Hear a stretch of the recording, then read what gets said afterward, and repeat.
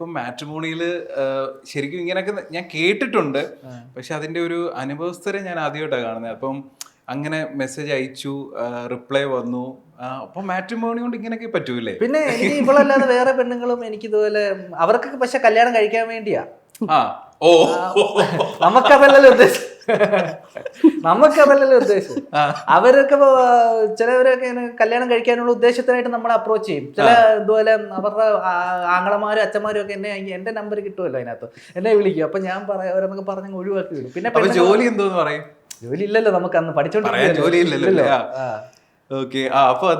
അങ്ങനെ നമ്മളങ്ങനെ കുറെ. അപ്പൊ ഇവള് പിന്നെ ആ ഒരു വിഷയമൊന്നും ഇല്ലായിരുന്നു. നമുക്ക് മെസ്സേജ് അയച്ച് നമ്മൾ അങ്ങനെ ഒരാളെ നമ്മ കല്യാണം കഴിക്കാനുള്ള ഉദ്ദേശം അല്ലല്ലോ.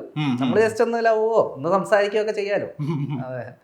ഓക്കെ. അപ്പൊ ഇതിനു മുമ്പ് വേറെ റിലേഷൻഷിപ്പ് ഉണ്ടായിരുന്നു? അതായത് എക്സ് കാമുകി അങ്ങനെ കല്യാണം കഴിക്കണമെന്ന് ആഗ്രഹിച്ച് ലാസ്റ്റ് ഇത് നടക്കാതെ പോയ അങ്ങനെ എന്തെങ്കിലും? അങ്ങനെയൊന്നുമില്ല. ഉണ്ടായിരുന്നു.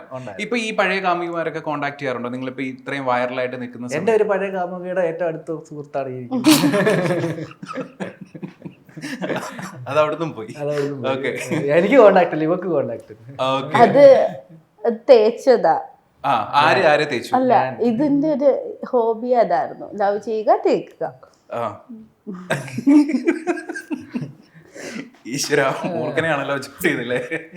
ഓക്കെ. അപ്പൊ അങ്ങനെ ഇദ്ദേഹം തേച്ചു.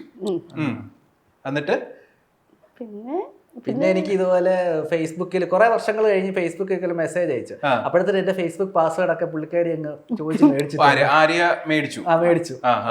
അന്ന് ഭയങ്കര ടോക്സിക് ആയിരുന്നു. ഇപ്പൊ അത്രയൊന്നും ഇല്ല കേട്ടോ.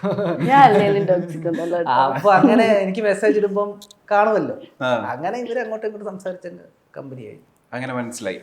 ഓക്കെ. അപ്പൊ അങ്ങനെയാണ് ഒരു പ്രണയ കഥ. അല്ല, ഓൾറെഡി ആ ചേച്ചി മെസ്സേജ് ചെയ്ത് വന്നപ്പോഴത്തേക്ക് ചേച്ചി പുള്ളി വിചാരിച്ചു ഇപ്പൊ സിംഗിൾ ആണെങ്കിൽ വീട് സെറ്റ് ആക്കാന്ന് പറഞ്ഞിട്ട് ഇപ്പൊ സിംഗിൾ ആണെന്ന് പറഞ്ഞു.